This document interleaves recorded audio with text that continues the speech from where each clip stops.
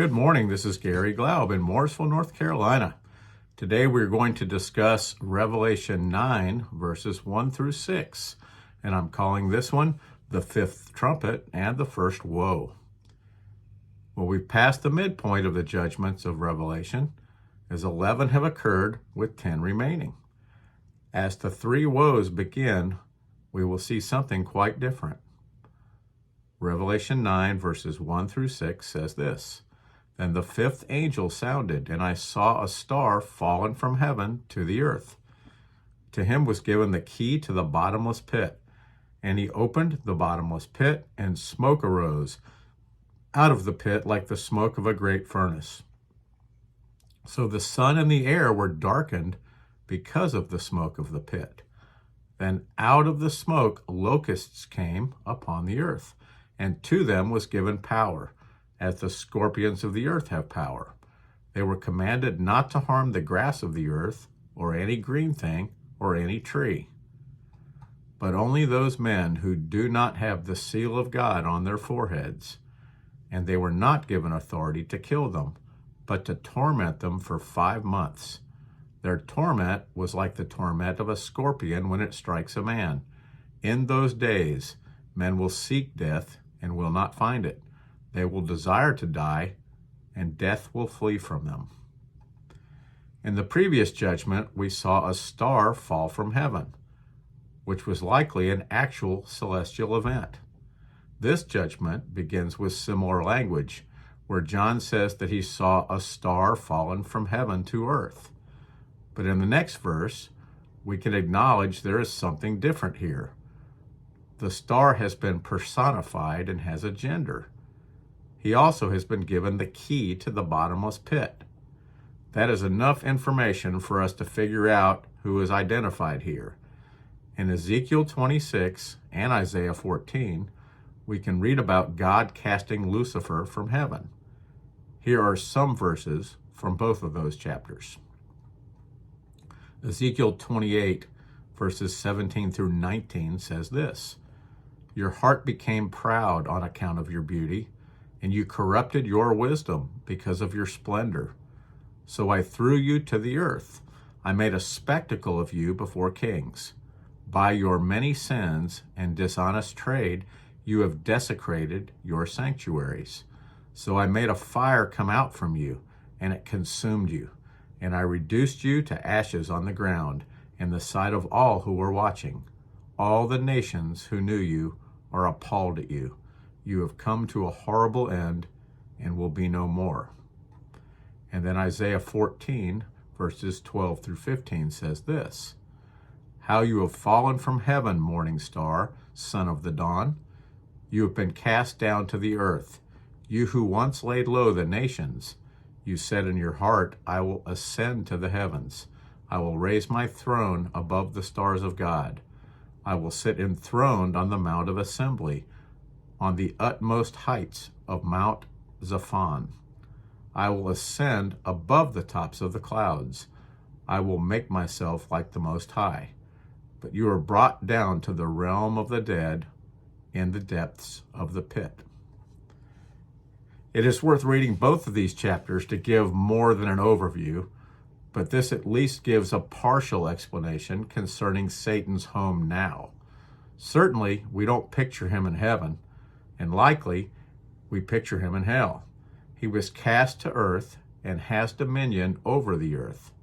And one other strange aspect of this all is that Satan still has access to heaven.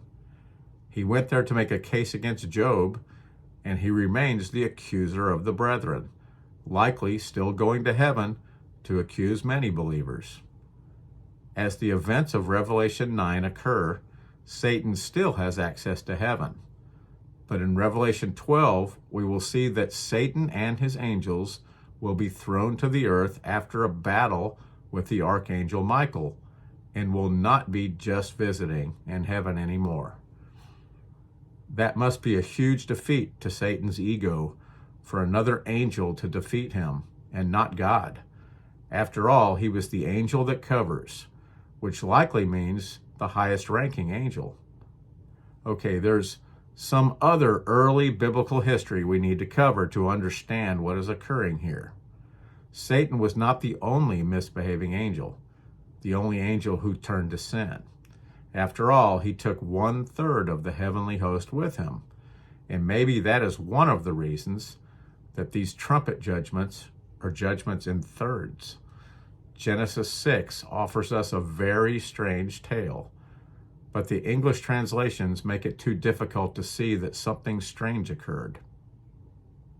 Genesis 6, 1 through 3 says this: Now it came to pass, when men began to multiply on the face of the earth, and daughters were born to them, that the sons of God saw the daughters of men, that they were beautiful, and they took wives for themselves, of all whom they chose.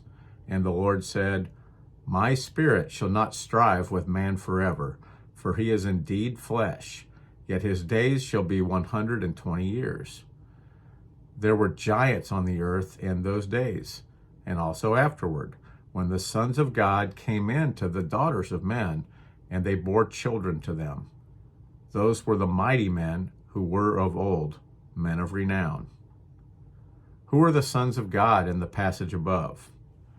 We mistakenly assume that those spoken of in this verse are the sons of God in the same manner that we are sons of God. But that is not the case. In verse 4, we see a mention of giants, Nephilim in Hebrew, and as the verse continues, it explains that giants were offspring between the sons of God and the daughters of men. Fallen angels were having sexual relations with women of earth. Satan first attempted to thwart God's plan by causing Adam and Eve to sin. And this was his next attempt, to corrupt the bloodline of Jesus. After all, in Genesis 3:15, we already can see a prophecy concerning a Savior who would come to save the people. Genesis 3, verse 15 says this: And I will put enmity between you and the woman, and between your seed and her seed. He shall bruise your head, and you shall bruise his heel.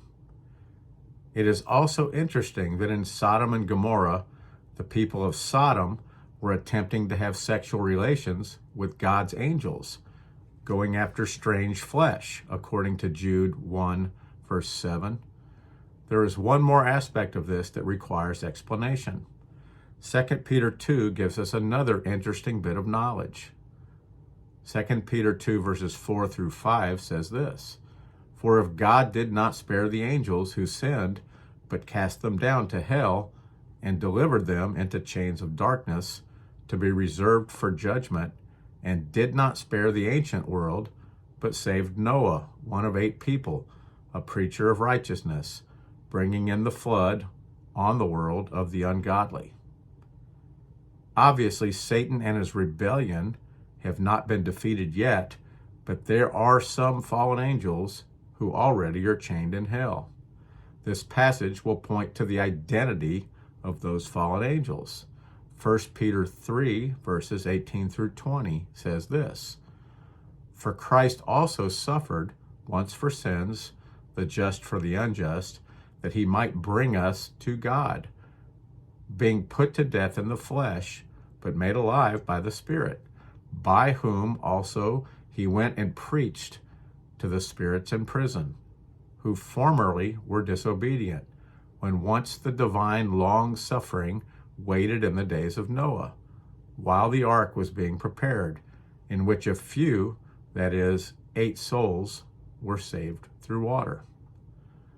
The sons of God who impregnated women are the ones chained in hell now, before the judgment. And as we finally start to discuss Revelation 9, we will see that Satan is the star that has fallen from heaven. This is not referring to the first time he was cast from heaven, but a future event. Notice that he has been given the key to the bottomless pit, and he opens the bottomless pit.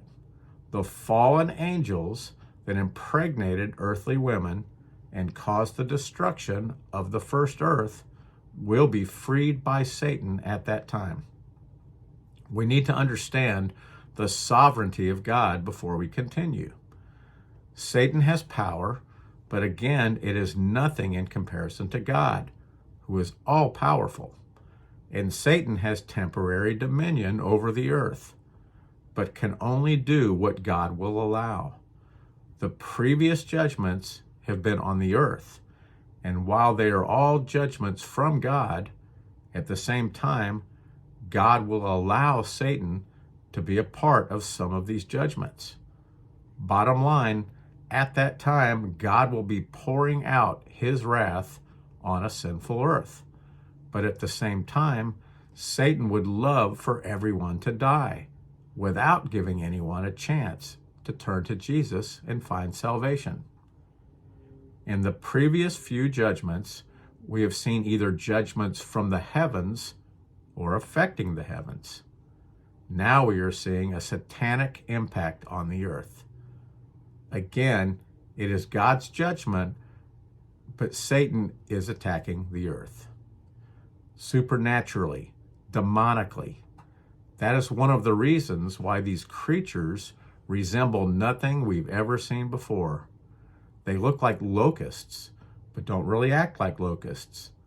Locusts wipe out all vegetation in their paths, but these locusts have power like scorpions. A scorpion bite can kill and is one of the most painful, a burning pain that resembles multiple needles. It is interesting that they are not allowed to destroy the trees, the grass, or any green vegetation.